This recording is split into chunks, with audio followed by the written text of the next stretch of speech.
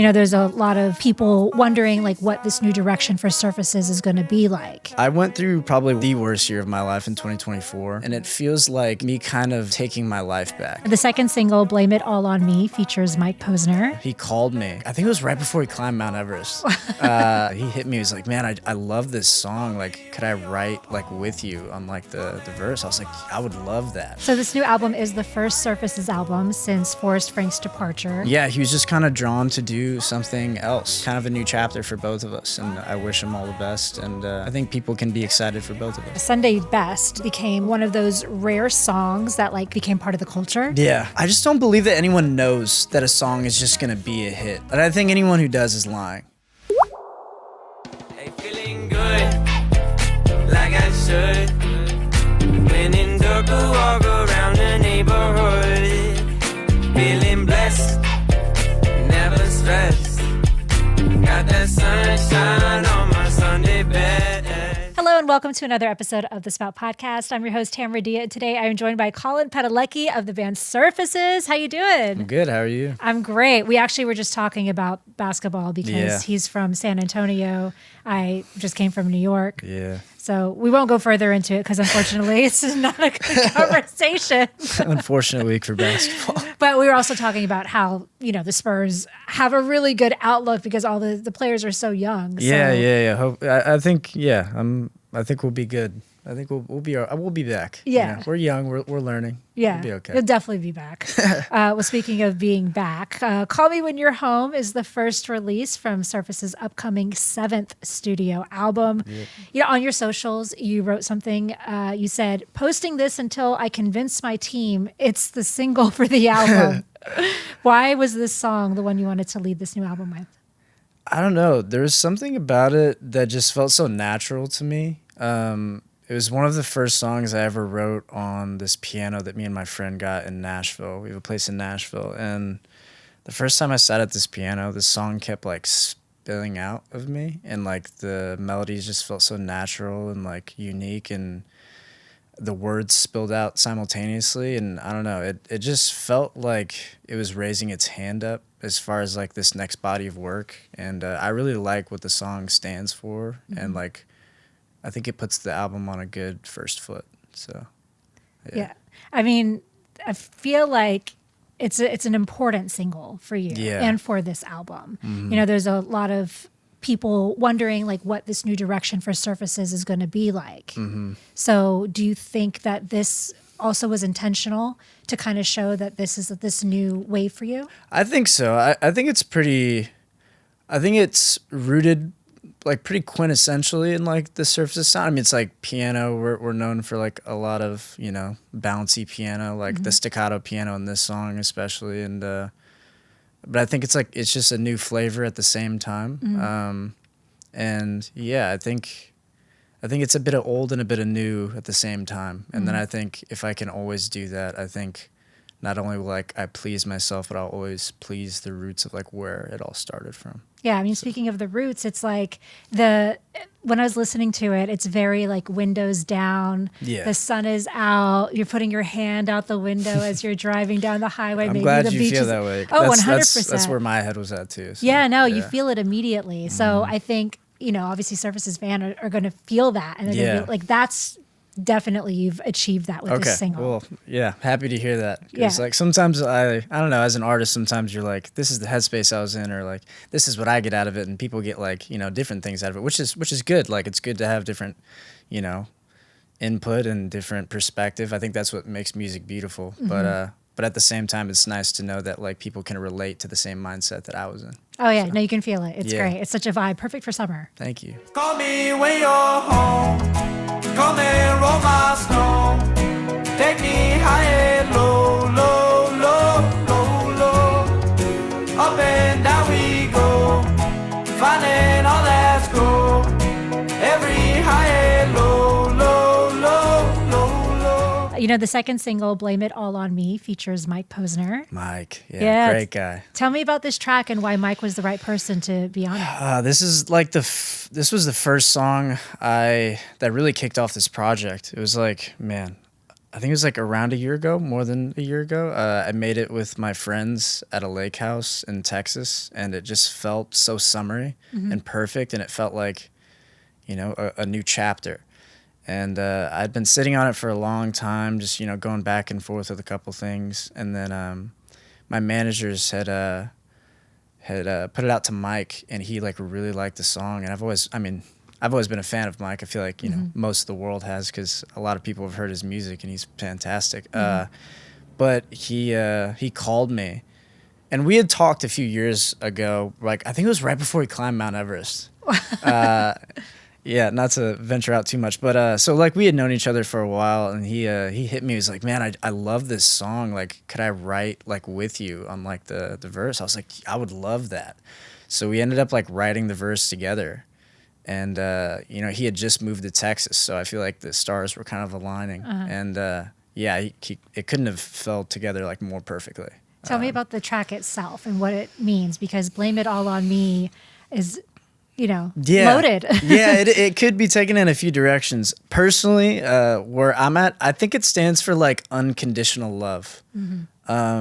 Sometimes I feel like, whether it's like friends, family, or like a significant other, I feel like sometimes when we know someone's burdened with something, sometimes we like turn into these problem solvers that isn't always needed. Like, I feel like sometimes people just need a shoulder, and people just need like an unconditional ear and love for like someone to, you just accept someone and like what they're going through. And that's kind of like where my headspace was. Like, I know you're going through some things. I know you're carrying this weight on your shoulders, but like, you can put that weight on me, and I'll take it off your shoulders. You could blame the world on me. You could blame whatever you need. Like, I'll be here no matter what. And that's where my headspace came from. Oh, that's sweet. Yeah. So blame it all on me, babe. If that's what you need, babe. I can take the heat, babe. So blame it all on me, babe.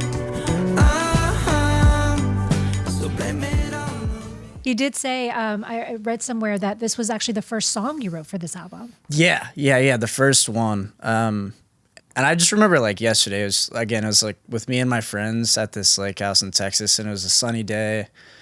It's a studio built with just all windows, and the sun was shining. And I think one of my favorite parts about music is like, not only how you made a song, but like when you made a song. It kind of just takes me back to that day, and you remember the unique feeling of that day. And like, I'll always listen to this song and be reminded of a good day. So hopefully it gives people the same feeling. Yeah. Whatever day they think of. So this new album is the first Surfaces album since Forrest Frank's departure. And you wrote like a really heartfelt message about it online. Can you talk about that and how that's now influenced this new album? Yeah, of course. Yeah, so obviously me and Forrest had worked together a very long time, 6 albums. But yeah, he was just kind of drawn to do something else that's not really secular music. And I never judged him for that, just like he doesn't really judge me for like, you know, staying to the path, you know, since I started Surfaces kind of in high school. And we kind of like had this long road together. And it wasn't like a bitter thing of just breaking apart. It was just like kind of a new chapter for both of us. And I wish him all the best. And yeah, just, you know, I think people can be excited for both of us. So I think they are. yeah. You know, you did say that these next 15 songs are a representation of finding your way out of a difficult time. So tell me a little bit more about the other songs on the album. Yeah, so actually it's 16 now. Okay, great. Up until like a week ago. I actually changed my mind. I know I went online and said 15, but there's just like one that I just couldn't not put on the album. Yeah. I just think they all represent, I went through probably one of the worst year of my life in 2024. Just like a multitude of things that just kind of all came crashing down at the same time. And for a long time, you know, obviously I would pick up the guitar almost every day, and I just strum and write and kind of just captured everything that fell out. But I think over the course of the past 2 years, I kind of just like used all that energy and all that honesty and all of that emotion, and just kind of like thought, what can I do to turn this all into a silver lining? Like, what can I take this truth, even though the truth might be, sad, and kind of like flip it on its head and just take it in a different perspective and use it for something good. And there are like some songs that might be a little more emotional and like sad on the album, but it's mostly, it just feels like reinvention, and it feels like me kind of taking my life back. And I don't know, it feels it's like the most redemptive record I've ever written. And I'm really proud of what it stands for and how people will receive it. So it feels like maybe therapeutic in a way. It was too. very therapeutic. I don't know what I would have done without just community, family, and this album. It really got me out of a very dark place and into a very good place. It's so funny because Surfaces feels like always having such like a light, bouncy, fun feeling. Right. And, for you to be in a dark place but still be putting out these singles that still capture that vibe and that energy. Do you find that it's hard to, it kind of feels like a dichotomy there? Yeah, but I think there's beauty in that dichotomy. It's like, it gives authenticity to the resurgence of like feeling good again, I feel like. And it's, in a lot of our past songs, people would like kind of see it as like this feel good music, but a lot of it was actually based on, escapism and, finding the lighter side. And sometimes, when I'm in a frame of life like 2024, it's kind of hard to just be like, flip that switch on and be like, oh, I just had the worst year of my life. But like to the outer world as an artist, I need to be the happy guy. Right. And that just didn't feel authentic. But so what I had to do is just work on myself first. Be like, okay, how can I grieve responsibly, be human, but still find the good in it all? To like flip it on its head, relate to people and be like, hey, my favorite songwriter is Jack Johnson. And, it's not always, happy-go-lucky with him either. But you can just tell, his feeling. And, like, you can tell that, like, the songwriting is accurate and it's, like, from life. And I wanted this album to be the same way. I wanted it to be an accurate depiction of where I am and where I've been, but not like, hey, feel sorry for me. Or like, hey, you should listen to this record because like I went through a dark time and like I know you've been through dark times as a human, as we all probably have. So like relate to it on that level. Which is, if I did do that, it's not a problem. I love some sad music. I listen to it all the time. I listen to all kinds of music. But like I just wanted to make this whole album like one big silver lining. And I think I accomplished that. Yeah. You mentioned Jack Johnson, and a lot of people in the comment sections are convinced that he might be on this album. I wish. Yeah. Yeah. I can't go on here and just get people's hopes up. I think I've met Jack before at a festival in Florida, and we talked for like half an hour, and I'll never forget it. It's just this amazing conversation. He's such a genuine, good dude. And he told me like his kids like jam our music in like their living room all the time. And I was like, wow, that's awesome. Like, you didn't have to tell me that, but that's seriously cool. We've worked on something, but then it kind of got halted by like timing issues and just like a bunch of like, politics and stuff. I don't think it's like the end of the road. I think maybe we'll catch up again. And like, I'm a big proponent of like things coming together naturally. I would never, like, he's my hero, and I would never want to like force, us to like work together again. You know what I mean? I think it'll come as fate will have it. Yeah. I think. Yeah. I mean, it's great that you met your hero and loved him. I feel like a lot of people say, don't meet your heroes. Yeah. I've been lucky. I've been lucky for like the people that I really look up to in music and people I've worked with before. I've been lucky on a lot of accounts, so I'll take it as a plus. Yeah, as you should. Who else do you look up to in music? Man, so many people. I grew up on like classic rock and country mostly. So like I really want to, and I got to work with Elton John, which is like a dream of mine. Yes. Just keep that head up, don't you worry. It will be alright. All the broken people, put your hands up high. If you lift them up, you might just touch the sky. Honestly, I would just love to work with like older artists that like I really, really look up to. I don't know. There's so like, There's so many. Like, I don't know, like probably someone from Fleetwood Mac, like in some proponent, like Stevie or Lindsay. Stevie would be amazing. Lindsey Buckingham would be awesome. Also, one of my favorite songwriters is Tyler Childers, which like, you know, I don't think Surfaces is like very country leaning, but like just to work with him, I don't even know, like I'm not a big, you know, believer in like, you know, working with an artist and it has to be a certain genre. So like, I don't know. But like working with a songwriter like that, like Tyler Childers, I think is an amazing songwriter. Yeah. But just working with songwriters like I really am fond of and just seeing where it goes would be awesome. I don't know. So Yeah. the door's always open for anyone really. We also feel like genres these days are not More blurred than ever. Yeah, exactly. Which like, is, I think, great. Yeah. Because like, I don't know. As an artist, I hate feeling boxed into anything. I love challenging what's expected of me, but also people being like, this is new, but it kind of feels old at the same time. Back to what I was saying of like, I love the dichotomy of that. I think it's powerful. And I think that's like the true goal of music is to push yourself, but don't limit yourself by the expectations of others. No, I think that's a great outlet to have. You did mention working with Elton John, which I do want to talk about because what a Elton's freaking great. legend. Oh you my guys gosh. did the track Learn to Fly. Yeah, he's so awesome. Tell me everything about that. Like, come on. Elton John. So it was, it was crazy. It was during COVID. So like we were going to work on it together in person and like got tested and everything. And everyone like came back negative and stuff. But like we ultimately decided like it probably wasn't best at the time because like, you know, You're trying to be safe. you don't want to be the one who gets like Elton John sick. Yeah, that totally. would be terrible.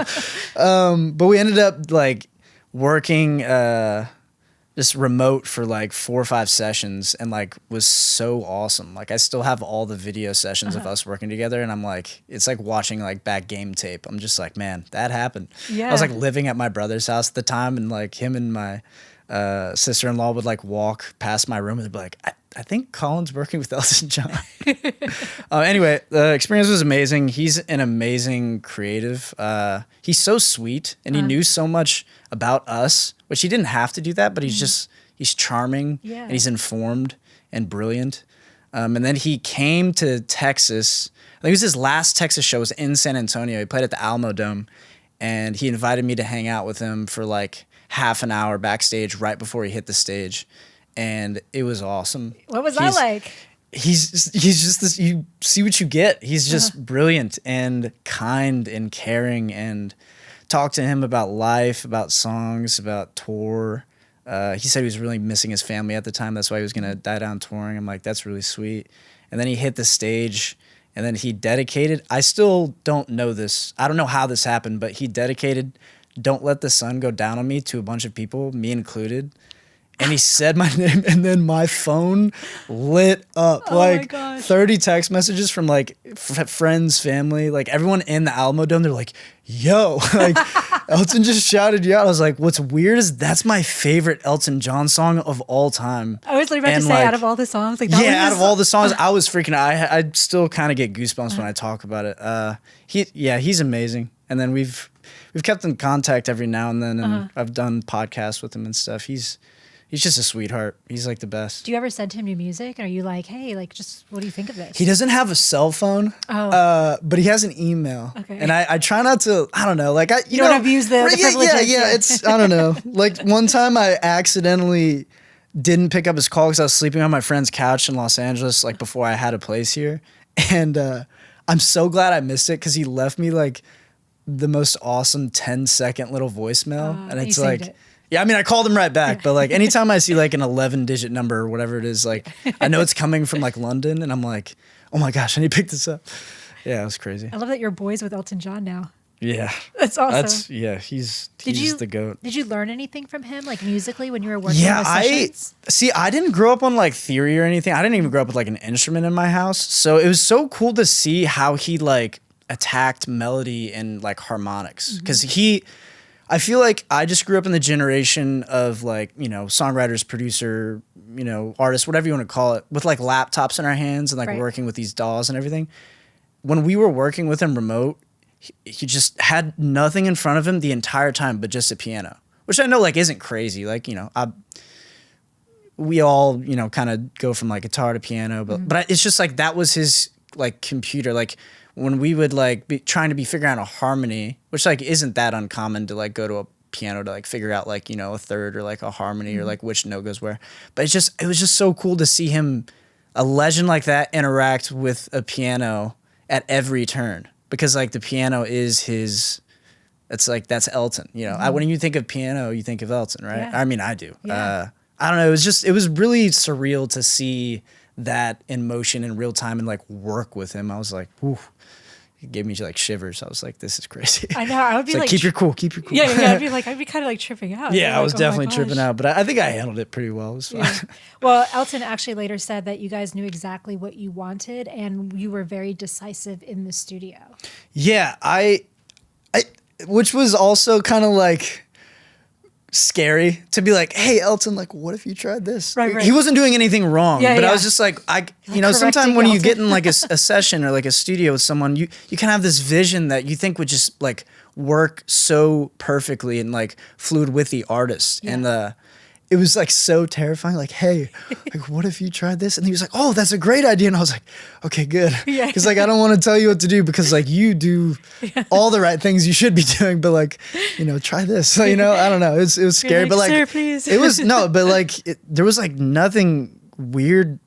Everything just was so fluid and awesome and perfect. I don't know. It was weird, Yeah. but a great time. We're going to run it back just a little bit because Sunday Best became like one of those rare songs that like kind of escaped the artist and kind of became part of the culture. Yeah. Because it was such a huge track. It went viral on TikTok. It hit the top 20 on the Hot 100. It crossed 1 billion streams, which is kind of an insane thing. Like you Yeah. have a song that crossed 1 billion streams. Yeah, it's weird. Feeling good, like I should. When in dark, walk around the neighborhood. You know, when you're looking back, why do you think that song, like that song specifically, resonated so deeply? Honestly, I don't know.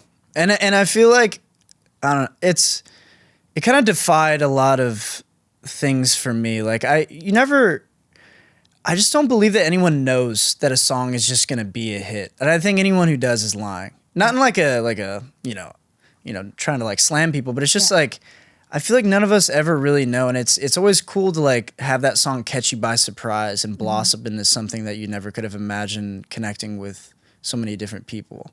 And the only thing that like you can maybe put on, you know, maybe draw it on paper is like, I know at the time going into 2020, it was like a time in the world where like, I think like not sad music, but just like very emotional, very internal music was like popular. I mean, maybe you can call it sad, which again, I love sad music. So, and we never like chalkboarded it up to be like, oh, you know, sad music's kind of popular right now, so let's do the opposite. It was just like, I don't know, Jack Johnson's my hero. And like, when I think of Jack Johnson and how he has probably rubbed off on me, you know, subconsciously or consciously, I want to be outside under the sun listening to feel-good music. And I've always aspired to make feel-good music. And, you know, when I was in college, that's exactly what we were doing. We were outside throwing Frisbee, listening to the demo. And I was like, wow, this song makes me want to be outside, like smiling and like under a sun. And I think the world was just kind of like ready to accept that because everyone was feeling so boxed in. Yeah. So I think it was like a nice refresher for people to just like, you know, flip what was going on its head. So. And didn't the song kind of take off like after like a year after you'd released it? Yeah, we put that song out in like January 2019, I think. And then it like took off like mid 2020, maybe. Yeah. Slow roll. I guess. I always think it's so fascinating when songs do that. Yeah, it is kind of weird. But yeah, like I said, no one really knows. You just never know. Which I love that about music. I feel like it's nice knowing that no one can ever like formulate the perfect, you know, recipe for a hit song. I think Right. we'd have a really boring world if like, I mean, I know there's like a lot of people who have a lot of hit songs. Yes. But you kind of never know, you know, when it dips, when it goes, when it stabilizes, how long it stabilizes. You know, I don't know. And I think there's beauty in that, to like never know what's going to happen. I think that's like one of the cool gambles of music is like, I have songs where I'm like, oh, maybe that'll commercially do well, then it doesn't. And then I have songs that like, maybe my peers or someone else won't think commercially do well, and then it does. But I don't really care about commercial success, to be honest. But like, I'm really just proud, like, when my community or peers or others like connect with it in the way I do. That makes me feel good, like, instead of like a number. Yeah. But it's nice to like celebrate accomplishments because of the people who allowed you to do that. I think you show respect by honoring those, and I can take pride in that. Yeah, and I think it also goes back to like authenticity, and that people authentically connect to music that you're authentically making. Right. Yeah. I really enjoy that too. I think music can be the most powerful tool in the world due to its connectivity and its inclination to share different perspectives with different people that could relate to it in the same way you did. So I think that's the best. So. Well, speaking of music connecting authentically, we do have a new album coming out. Yeah. But we don't know the name, do we? We don't. Not yet. When are we gonna? It's on the verge. When are we gonna find that out? It's soon. We're gonna. I'll be declaring that pretty soon. I'm really excited. I've known the name for a long time. Actually, the name of the album and the cover art is like one of the first things that popped into my head when it like it's like the first things I can. It's nice to kind of do that because then you kind of. Or maybe I think I was like a few songs in when the name came, but the cover art kind of came first, and then it all started tying into each other. And I think it all ties in pretty perfectly as far as like the message goes. Yeah. So. And then we don't have a release date either, do we? It's this summer. Yeah. It's very close. I actually just submitted the album today. Oh, congrats! Yeah, thank you. That's exciting. I'm very excited about it. Yeah. I feel like nowadays artists are like, I submitted it, and then 2 days later, they're like, "Wait, hang on, should I? Do you do that, or are you like my one of those managers can probably relate to me? I mean, are you one of those artists that like 2 days later? I'm not that bad. Okay, it's very seldom that actually happens to me. But I think what's funny with like fans and everyone is like people are like, "Oh, it's ready, so like put it out tomorrow," and it's like they don't know like all the logistics and the hoops and the like lead time and the handshaking and the I personally, I wish like it was like back, 2017 when I hadn't even had a song on Spotify yet. It was still like SoundCloud and just being like, oh, I have the master yesterday. I'll put it up this morning. Right, just throw it on SoundCloud. I miss those days, but like, I don't know. There's something cool and kind of cool about like riding into like the wave of like it going to come out. It's foreshadowing. It feels good to like look forward to something at the same time and like not spoil the things by like just throwing it on the internet the next day. So I don't know.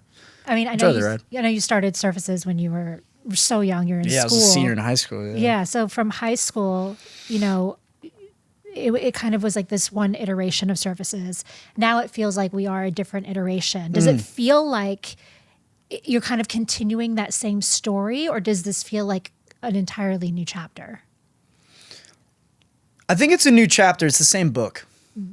And I don't feel like I need to write a different book. I started a solo project a couple years ago that's like more near and dear to my country roots of songwriting because I grew up in country dance halls my whole life. I grew up on, a big piece of land in South Texas, and my dad like raises cattle for a living. I feel like most people don't know that. Were you line dancing too? Oh yeah, I love two-stepping. Two-stepping is Nice. that's my go-to. But yeah, I feel like it's the same not the same chapter, new chapter in the same book. And I think it's still connecting with the roots of how it all started, but it's just it's different, and it's always gonna be different. And I've accepted that, and I've found it empowering myself to be prideful of like how it's going to sound different, and I hope that people can take it in stride and see the nods at the past but also like have a good look at the future.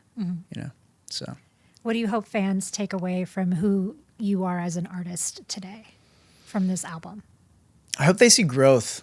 I'm always growing as a person, and I've gone through so much growth these past 2 years because of all that I've been through. I mean, I don't know. I feel like I've been trying to grow as a songwriter since I've been writing songs since I was like 15. And I don't know, we as artists, we can just be very self-conscious about, am I step forwarding in the best direction that honors who I am and who I'm trying to become?